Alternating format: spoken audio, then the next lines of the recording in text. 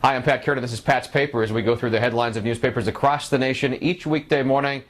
Here's some of what we found on this Tuesday. The Washington Post continues to carry the most intensive coverage of the inauguration of Barack Obama. The paper has a political story and a simple logistical story to cover, with gridlock in the city today. Analysis by Barton Gelman says Barack Obama is in a unique position in recent presidential history to recast the presidency. He has control over both houses. The Democratic Party is behind him. He's got unprecedented public approval, and he will benefit from a conflicted Republican Party. Across the page, the Post with a story about 100 friends and relatives Obama's invited to Washington as his personal guests at Blair House, from high school classmates from Hawaii, former college professors, basketball buddies, and political mentors. Despite the cold, with the below freezing temperatures expected, Washington officials are awaiting what could be the city's largest crowd ever. The Post says the predictions were still just guesses, ranging from 1 million to as high as 3 million. The police operation is the city's largest ever. More than 4,000 officers from across the country have been sworn as temporary deputies. It's been 44 years since Selma, when National Guardsmen brutally beat protesters led by now Congressman John Lewis. Yesterday, D.C. greeted at least 3 buses from Selma. Post journalist Robert Pierre talks about the legacy of those events. Many from Selma say without their small town, there would be no Barack Obama inauguration today. Good coverage across Washington. The Washington Times breaking down the cost of the Capitol's Big Bash, $170 million. The paper takes us inside the warehouse in Maryland, where the Obama family can choose from thousands of pieces of presidential furniture. And if you can't buy a copy of the Washington Times as a souvenir today, the paper has made a downloadable edition available. The New York Times includes a front-page story about the style of decision-making Americans are likely to see from Barack Obama. He is known for listening and then making a confident decision quite quickly.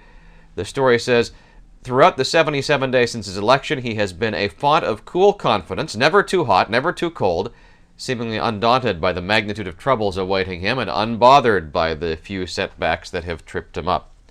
Also in the Times, the logistics of moving day. White House employees set aside their usual responsibilities to become the moving crew today. In a period of about 4 hours, they will move the Bush family out entirely and unpack the Obama family. The story says clothes will be in drawers, pictures on walls, and stuffed animals on beds, just as though they had always lived there. A New York Post story today plays off the picture of Obama doing community service work yesterday. The headline says, "Hey, when you're done with that, can you fix the economy?" There is an Obama headline on the front page of every paper I saw this morning. The Boston Herald offers the headline "History," a big picture of Obama, along with a series of photos of white past presidents. On George Bush's home turf, the spotlight already belongs to Obama. The headline in the Austin American-Statesman is "The Moment Arrives." A front-page analysis by TV writer Diane Holloway says Americans are witnessing a seismic cultural shift. Here's the Kansas City Star, which says that we are at history's turning point with today's events. The Denver Post, like many papers, links Obama coverage with Martin Luther King Day coverage. The headline this morning is "Time of Change." And a front-page editorial in the New York Daily News, it reads, "The American heart will stir with pride and hope." It goes on to say, "May he prove to be great in these troubled times." There are some stories related to the inauguration that don't directly involve Mr. Obama. Joe Biden and his wife were on Oprah yesterday. He tried to shush her when she revealed that her husband had talked with Barack Obama months ago about becoming Secretary of State rather than the vice presidential nominee. The LA Times reports Jill Biden said she told her husband that being vice president would be better for the family than Secretary of State. It was a good-natured exchange on the Oprah show. Nobody knows exactly why it was that Joe didn't want Jill to talk, but presumably he didn't want it to appear that Hillary Clinton was some sort of runner-up. Also in the LA Times, a report on one of President Bush's final acts. He commuted prison terms for 2 former U.S. Border Patrol agents. They'd been convicted of shooting an unarmed Mexican drug smuggler who fled across the Rio Grande. By commuting the terms, he leaves the convictions intact. A pardon gives someone a clean criminal record. Don't be alarmed if Dick Cheney is in a wheelchair today. The vice president pulled a muscle in his back. The San Francisco Chronicle story says it happened while Cheney was helping to move boxes into his new home in McLean, Virginia. On to other news now. Anger in Los Angeles over so-called super graphics.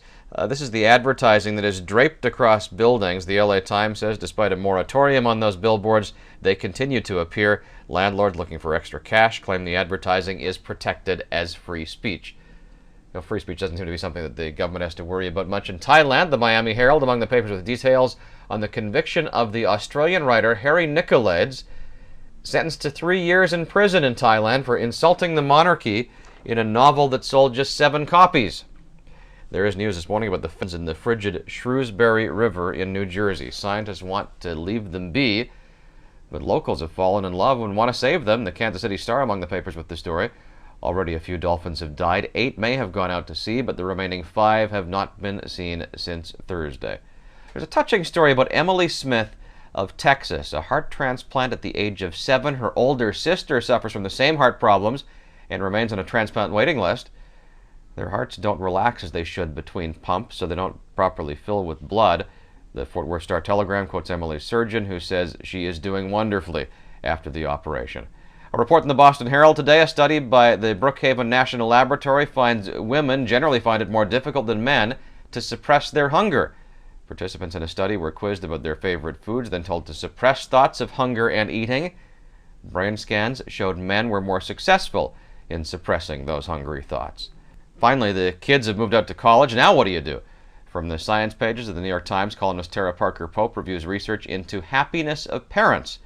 Yes, parents miss their kids when they leave, but overall, marital satisfaction improves in the empty nest. Researchers found couples didn't spend more time together after the kids left, but the quantity of time didn't increase. Happiness improved because the time they spent was quality time. Pope suggests couples can pursue that sort of quality time even before their kids move out. And that's a look at just some of what's in the newspapers this morning. We try to pick the highlights for you each day, but if you think there's a particular story we should have included, send us a comment. You can do that at patspapers.com, and there you will find links to the individual newspaper websites where you can read these stories in their entirety.